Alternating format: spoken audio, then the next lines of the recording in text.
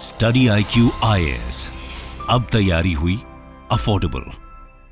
One nation one election, इसके ऊपर बहुत सारी चीजें आपने पढ़ डाली है।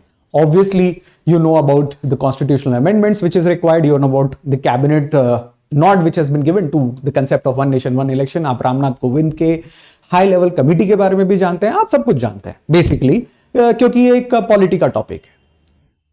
अगर मैं आपसे ये कहूं कि जी नहीं, वन नेशन वन इलेक्शन देश में पहली बार लागू नहीं हो रहा है, ये पहले भी लागू हो चुका था। And if you having exclamation marks on your faces, then this is the right video for you. ये सिर्फ पॉलिटी का ही टॉपिक नहीं है, ये हिस्ट्री का भी टॉपिक है, पर्टिकुलरली पोस्ट इंडिपेंडेंस हिस्ट्री का टॉपिक है। आजादी के बाद जो पहले इलेक्शंस हमने देखे थे वो वन नेशन वन इलेक्शन के कंसेप्ट पर ही थे, इसीलिए ये कोई नया चीज या नई कंसेप्ट नहीं आ रही है। इसी की हिस्ट्री के बारे में थोड़ी सी संक्षिप्त में जानकारी हम देखेंगे। मैं हूं आशीष और आपके साथ ये बड़ा ही इंटरेस्टिंग टॉपिक मुझे करने में बड़ा मजा आ रहा है, because we are also doing the Bipin Chandra series of post independence India. So basically one nation one election की कहानी क्या है, आइए वो देखते हैं। It's an ongoing experiment with the process of this political nation building up. एक प्रकार से इसे रामचंद्र गुहा कहते हैं that this was an act of faith for the very first time and then it was abandoned by our political masters itself. तो बहुत सारे political masters थे जो इस एक्सपेरिमेंट को शुरू तो करते हैं और बहुत सारे लोग उसे एंड भी करते हैं। ये कौन है, कौन से नए किरदार हैं, उनके बारे में हम देखते हैं। बट बहरहाल for the very first time 1951-52 में जब हमारा कॉन्स्टिट्यूशन बन के तैयार हो चुका था, सारी संविधाएं पूर्ण की जा चुकी थी, we had parties in the making, we had nation in the making, तब ये डिसाइड किया गया कि आजाद भारत देश का पहला चुनाव पूरे के पूरे असेंबली और साथ ही साथ लोकसभा के इलेक्शंस के साथ होगा। So this was an continuing process going on. So 1951 में आप यहां पे एक सर को देख सकते हैं वोट डालते हुए। This is an actual footage from the very first elections. इसके बारे में भी आपको बताऊंगा कि बैलेट में वोट्स कैसे डाले जाते थे। पर बहरहाल that was the very first elections. 1951 के अक्टूबर से शुरू होकर 1952 के अप्रैल तक चला। अब इसमें क्या थे, अराउंड 489 लोकसभा के सीट्स और 3283 लगभग स्टेट असेंबली की सीट्स। आपको जानकर हैरानी होगी कि कितने लोग स्टेट असेंबली की सीट्स के लिए खड़ा होना चाहते थे। एक्चुअली सुकुमार सेन जो कि इंडिया के पहले इलेक्शन कमिश्नर थे, उन्होंने बाय रिकॉर्ड इसे कहा था that this is nothing but an act of faith, because उस समय हमने वोट देते हुए समझिए लगभग लास्ट टाइम जो लोगों ने वोट दिए थे that was a very restricted franchise. We did not even have what you call as universal adult franchise, right. Article 326 हमारे पास मौजूद नहीं था। इससे पहले लोग जब वोट देते थे ब्रिटिश सरकार में तो उनके ऊपर कई कबार प्रॉपर्टी क्वालिफिकेशंस और साथ ही साथ दूसरे जनरल इलेक्टोरेट क्वालिफिकेशंस या माइनॉरिटी इलेक्टोरेट क्वालिफिकेशंस थोपे जाते थे। इससे सारे लोग वोट नहीं दे पाते थे। बहुत कम लोग थे, करीबन देश की आबादी का 15 से 20% जो वोट देते थे। ऐसे में पहली बार पूरी की पूरी जनता को वोट देने के लिए जागरूक करना और उनका वोटर आईडी कार्ड बनाना, वोटर आईडी कार्ड बनाने के बाद उन्हें वोटिंग बूथ तक लाना, इसे हिस्टोरियंस एक एक्ट ऑफ फेथ कहते हैं। और ज्यादातर लोग इस बारे में चर्चा करते हुए ये बात भूल जाते हैं कि जी हां, इसी में लोकसभा और स्टेट असेंबलीज के इलेक्शन एक साथ हुए थे। 26 Indian states underwent election at that point of time, and as I wanted to tell you, you'll be shocked. For 3,283 odd seats, मतलब 3200 सीट्स के लिए 1,70,000 लोग खड़े होना चाहते थे as a candidate. That was the staggering figure. आप समझ सकते हैं कि इतने हमें बूथ्स बनाने थे और इतना सारा हमें तैयारी करना था, दैट इट वाज अनप्रेसिडेंटेड। ऐसे जो आप बैलेट बॉक्सेस देख रहे हैं, दो टाइप के बैलेट बॉक्सेस तैयार किए गए थे। One was olive colour and green coloured ballot boxes, जो लोकसभा के इलेक्शंस के लिए कि आप आएंगे और अपने एमपीज को चुनेंगे और उसी समय स्टेट असेंबली के भी इलेक्शन हो रहे हैं तो वहां पर आप आएंगे और अपने एमएलएस को चुनेंगे। उसके लिए अलग कलर के बॉक्सेस थे जो कि चॉकलेटी कलर के थे या ब्राउन कलर के थे।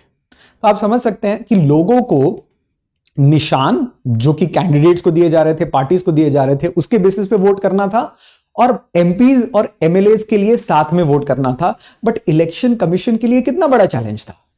On top of that, majority of the population were having a very low literacy level. बहुत कम लिटरेसी लेवल हुआ करती थी. So this was an added challenge. But जैसे कि मैंने आपको कहा, यहां पर मैं सुकुमार सेन को भी याद करना चाहूंगा, इंडिया के सबसे पहले इलेक्शन कमिश्नर जिन्होंने ये मेमूथ टास्क कंप्लीट किया. But then I want to tell you that how actually it got derailed. One nation one election process derail कैसे होता है, इसे एक ऑनगोइंग साइकिल की तरह समझिए. यानी फॉर एग्जाम्पल 5 साल के लिए स्टेट की सारी सरकार और केंद्र की सरकार दोनों का कार्यकाल 5 साल के लिए चलता रहेगा. सो फॉर एग्जाम्पल 1952 से 57 के लिए पहला 5 साल स्टेट गवर्नमेंट सारी के सारी और सेंट्रल गवर्नमेंट एक साथ चलनी चाहिए. Then it should be called as one nation one election concept. ऐसा हुआ भी, बट इसी बीच में कुछ ऐसे स्टेट्स थे जिनको भंग भी कर दिया गया, जिनको बर्खास्त भी कर दिया गया. I will speak about that at later part, but अभी के लिए इसे ध्यान में रखिएगा. देन यू हैड 1957 से 62 द नेक्स्ट टर्म. इन दोनों टर्म में जवाहरलाल नेहरू जीतते हैं, कांग्रेस पार्टी जीतती है. इनफैक्ट सेकेंड टर्म में कांग्रेस पार्टी की शेयर थोड़ा सा कम होता है. Will talk about that later. But 1952 से 57 ज्यादातर राज्य 5 साल के लिए चले और केंद्र सरकार भी 5 साल के लिए चले. 1957 से 62 केंद्र सरकार और ज्यादातर राज्य भी 5 साल के लिए चले. Exception is Kerala. तो केरल की सरकार को बर्खास्त किया जाता है. Again I will talk about that later. And then 1962 to 67 ये भी सरकार 5 साल के लिए, ज्यादातर भारतीय सरकारें स्टेट गवर्नमेंट की सरकार and the central government they all rain for 5 years इन कोटर्मिनस. यानी कि सारे के सारे स्टेट्स और सेंट्रल 5 साल के लिए एक टैंडम में चल रहे थे, एक साथ चल रहे थे. प्रॉब्लम आई तीसरी सरकार में, यानी कि तीसरी सरकार के बाद 1962 और 61 दोनों टाइम पे वॉर होता है. 61 में गोवा के लिए, 62 में चाइना के लिए. We also have wars with Pakistan in 65. लेकिन 65 के वॉर के पहले इंडिया के सबसे पहले prime minister dies in office, that is Jawaharlal Nehru. But we have another major, हम लाल बहादुर शास्त्री जी को लाते हैं. Shastri ji after 65 war with Pakistan also dies. So ये जो टर्म था 1962 से लेकर 67, वहां पर 2 सर्विंग प्राइम मिनिस्टर की डेथ होती है. And then we have the third prime minister coming up, and that was Srimati Indira Gandhi. Now when Indira Gandhi came, that is the problem.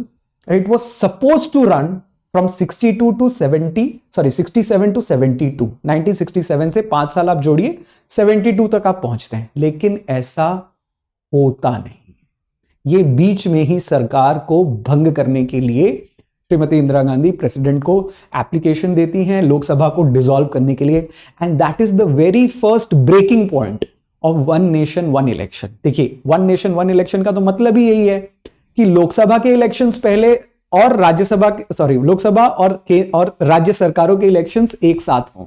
लेकिन अगर राज्य सरकार के 5 साल के टर्म हैं और लोकसभा का भी 5 साल का टर्म है जो सरकार का है, केंद्र सरकार का है, अगर उससे आप 5 साल से पहले डिसॉल्व कर दें, तब the provision says that you have to have elections within that year, right. तो इलेक्शन कमीशन ऑफ इंडिया 2 साल 1 साल वेट नहीं कर सकता. इलेक्शन कमीशन ऑफ इंडिया के ऊपर संवैधानिक पाबंदियां हैं कि वो सरकार चुनकर दे.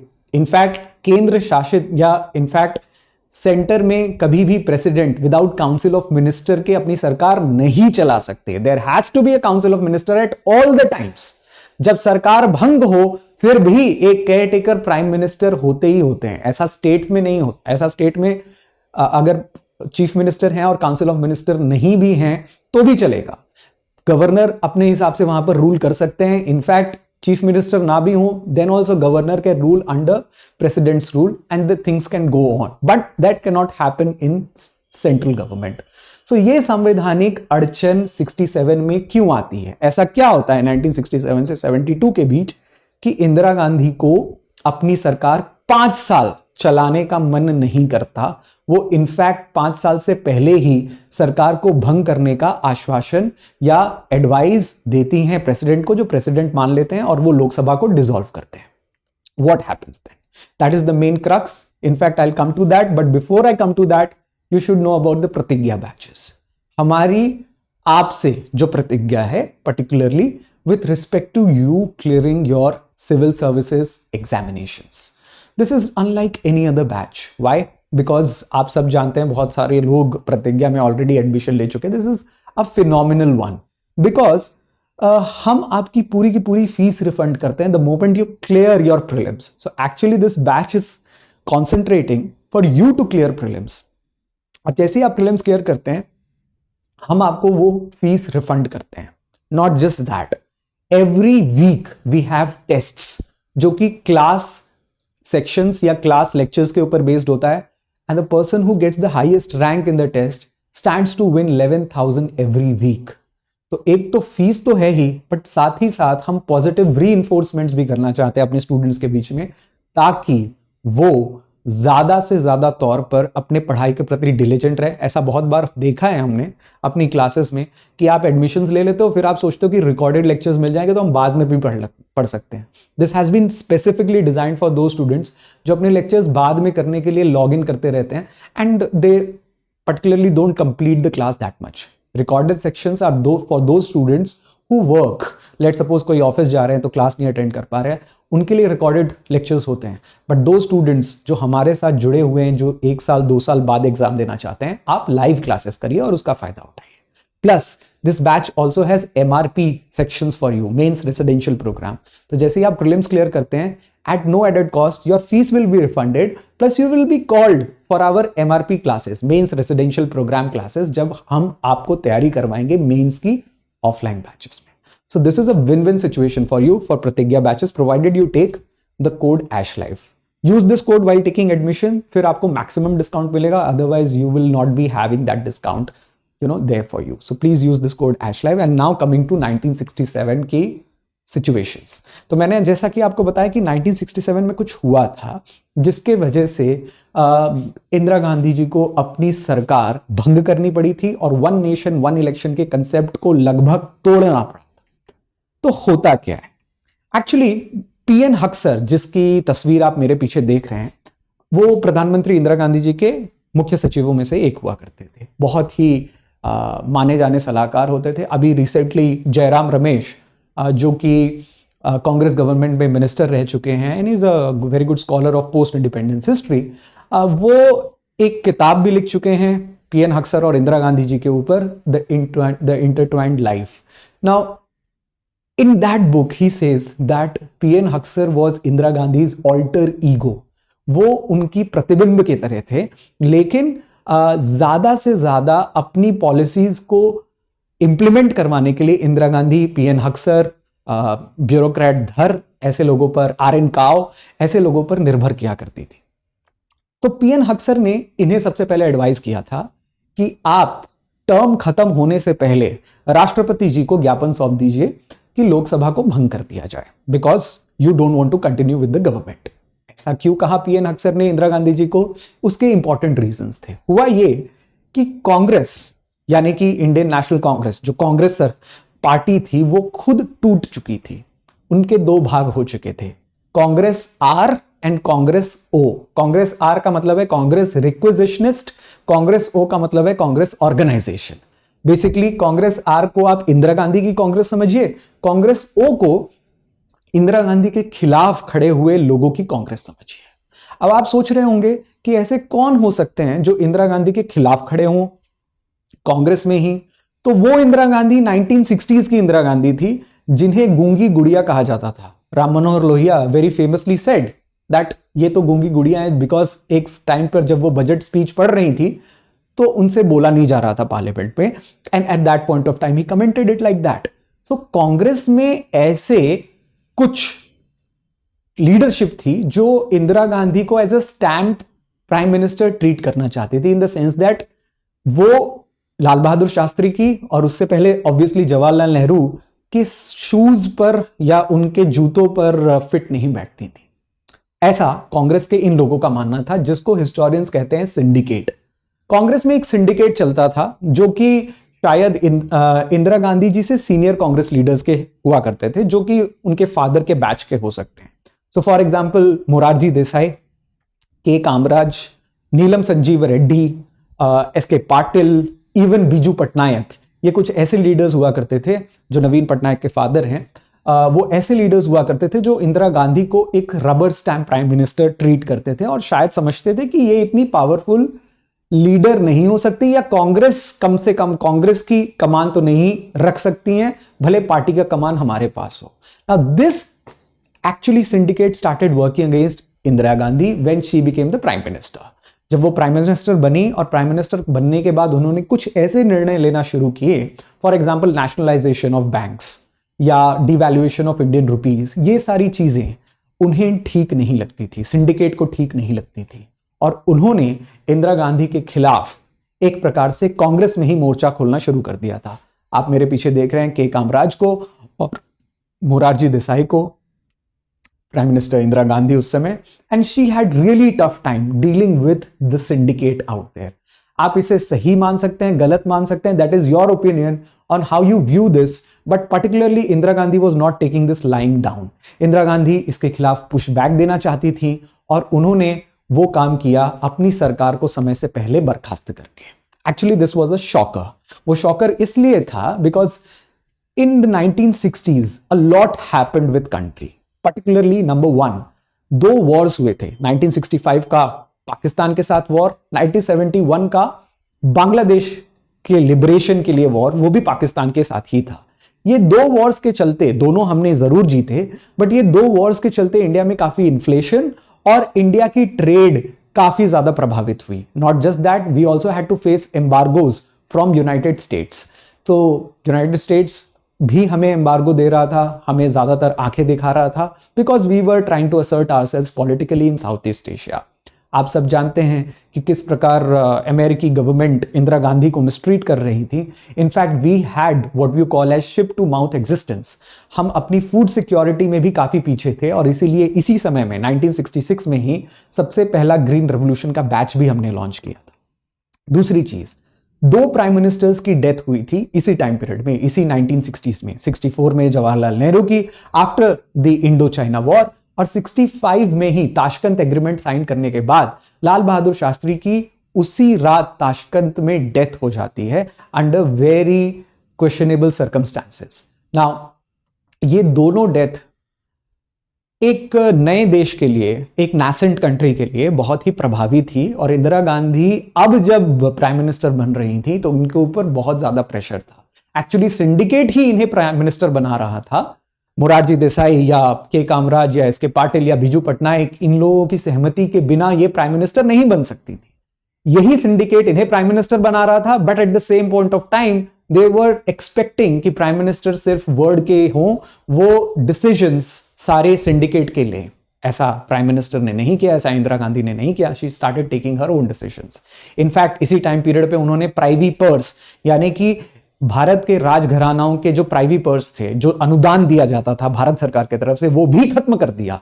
जयपुर की राजघरानाओं के साथ, पर्टिकुलरली महारानी गायत्री देवी के साथ इंदिरा गांधी की बहुत पुरानी तनातनी चलती थी, पॉलिटिकल भी चल रही थी, और ये सबको बहुत ज्यादा अटपटा लग रहा था कि इंदिरा गांधी अपने आप को असर्ट कर रही है, and that also became a reason. The next important reason came up with the devaluation of Indian rupee. उन्होंने भारतीय रुपए को डिवैल्यू करना शुरू किया बिकॉज हम चाहते थे कि हमारे एक्सपोर्ट्स पैसा कमाएं। जब भी पैसा का मूल्य घटता है तो हमारे एक्सपोर्ट्स बढ़ने के चांस ज्यादा हो जाते हैं। So any export based industry, you know, in a way takes a good hint by that. But at the same point of time, उसी टाइम पीरियड पर हमारे आयात यानी कि इंपोर्ट्स महंगे हो जाते हैं। जैसे ही रुपी डिवैल्यू होगा, इंपोर्ट्स, क्योंकि हमें डॉलर में पे करना होता है, that becomes more costly to buy the dollar out there, and that created problem. On top of that, जिसको बोलते हैं ना कि कोड़ पर खुजली, तो वही बात है। इसके ऊपर 1970s में मिडिल ईस्ट का क्राइसिस भी शुरू हो गया। वहां पर क्रूड ऑयल की कमियां आर्टिफिशियल रूप से तय की गई बिकॉज वॉर्स चालू हो गए, गल्फ क्राइसिस शुरू हो गया, और उसके वजह से भारत में इन्फ्लेशन अपने चरम पर पहुंच गया। ये सारी चीजें 1967 से लेके 72 के बीच में सरकार को कचोट रही थी। इंदिरा गांधी की गवर्नमेंट चारों ओर करप्शन, इन्फ्लेशन और साथ ही साथ रुपये के डिवैल्यूएशन को लेकर घिर चुकी थी। On top of that, remember 1971 का war with Pakistan and finally liberating Bangladesh, although it was successful, लेकिन ये भारत सरकार के लिए रिफ्यूजियों की बाढ़ लेकर आया था। हम लगभग 1 करोड़ रिफ्यूजीज के बारे में बात कर रहे थे जो बांग्लादेश और इंडिया के सीमा पर खड़े थे, जिनको हमें झेलना था। सो हमने वॉर जरूर जीता, but at the same point of time it was a huge humanitarian crisis, जिसके लिए घर में, पार्लियामेंट में इंदिरा गांधी को कसूरवार समझा जा रहा था। ऑल ऑफ दिस, ये सब का एक इंदिरा गांधी को जवाब मिल रहा था कि अपनी पार्टी को अगर हटाना है, अपने आप को बचाना है, तो इलेक्शंस को अनाउंस करना चाहिए, और वो भी समय से पहले अनाउंस करना चाहिए। And that became the reason for derailment of one nation, one election. Here you can see Prime Minister Lal Bahadur Shastri with Ayub Khan, the president of Pakistan at that point of time. इसी Tashkent treaty के बाद इनकी death हो जाती है। लेकिन जैसा कि मैंने आपको बताया कि चलिए 1967 से लेके 72 तक सरकार ने अपना कार्यकाल खत्म नहीं किया, 71 में ही सरकार को भंग कर दिया गया। Elections were called again and Congress won majorly. In fact, Congress R को 350 से ज्यादा सीट्स मिलती है। कांग्रेस ओ, जो कि सिंडिकेट की कांग्रेस थी, उसे मात्र 16 सीट्स मिलती हैं। सो it was very clear that असली कांग्रेस किसका था। इंदिरा गांधी का वर्चस्व सिर्फ सरकार पर नहीं, कांग्रेस पर भी वापस कायम होता है। But then I told you that one nation one election का concept was derailing from the time period of Jawaharlal Nehru itself। जी हाँ, एक्चुअली जवाहरलाल नेहरू जी के टाइम पीरियड पर ही, उनके इनफैक्ट फर्स्ट कार्यकाल में ही ऐसा होता है कि कई सरकारें, राज्य सरकारें, स्टेट गवर्नमेंट भंग की जाती है under article 356। So it was not emergency provisions, but it was the state emergency provisions, जो प्रेसिडेंट्स रूल है, जिसको डॉक्टर अंबेडकर ने कहा था that it should be a dead letter. Indira Gandhi की सरकार और जवाहरलाल नेहरू की सरकार ने मिलकर लगभग 50 राज्यों को बर्खास्त किया था। एंड जैसे ही आप राज्यों को बर्खास्त करते हैं, उनके 5 साल के कार्यकाल से पहले ऑब्वियसली आप वन नेशन वन इलेक्शन के कंसेप्ट को डिरेल कर देंगे। तो यहां पर derailment of state government cycle को भी देखना पड़ेगा। सबसे पहले केरला की कम्युनिस्ट सरकार को आर्टिकल 356 को यूज करके, और किसी ने नहीं, जवाहरलाल नेहरू जी की सरकार ने ही भंग किया था। So it was EMS Namboodiripad, again whose photo you must be seeing it behind me with Indira Gandhi. EMS Namboodiripad की सरकार शायद दुनिया की सबसे पहली कम्युनिस्ट इलेक्टेड गवर्नमेंट थी, इलेक्टेड कम्युनिस्ट गवर्नमेंट। उसको जवाहरलाल नेहरू की सरकार ने भंग किया था, राजेंद्र प्रसाद जी को ज्ञापन सौंपकर, राजेंद्र प्रसाद जी को एडवाइस सौंपकर। राजेंद्र प्रसाद जी ने इस पर साइन भी किया, and this became one of the first used by Jawaharlal Nehru. Again, this happened in 1959. So it was already breaking the second cycle. Not even that, even before that, PEPSU state, जब Punjab province नहीं बना था, तो Punjab and east Punjab PEPSU states जो हुआ करते थे 1953 में, उसे भी भंग किया गया था। Not even that, Haryana state government को 1967 में ही भंग किया गया था, बिकॉज वहां के सीएम बीरेंद्र सिंह ने इंदिरा गांधी की मध्यस्थता स्वीकार करने से मना कर दिया था। इंदिरा गांधी को उन्होंने आर्बिट्रर मानने से मना कर दिया था बिटवीन हरियाणा एंड पंजाब। हरियाणा और पंजाब दोनों ही 1966 में बनकर तैयार हुए थे एज ए स्टेट गवर्नमेंट्स, और उनके बीच में रिवर वाटर्स को लेकर डिविजन्स चल रहे थे, और कुछ कॉन्फिडेंस में कमी थी। इसको लेकर इंदिरा गांधी जी ने अपने आप को मीडिएटर बनाया था, और ये बात मानने से सीएम ने मना कर दिया। जैसे ही सीएम ने मना किया, तो इंदिरा गांधी की सरकार ने उन्हें भी बर्खास्त कर दिया, अगेन यूजिंग आर्टिकल 356। तो ऑब्वियसली आप देख सकते हैं दैट जब भी स्टेट गवर्नमेंट्स बर्खास्त होती हैं विथ आर्टिकल 356, तो उनके 5 ईयर के साइकिल को भंग करना पड़ता है, और जैसे ही आप 5 ईयर के साइकिल को भंग करेंगे, वन नेशन वन कंसेप्ट नहीं चलेगा।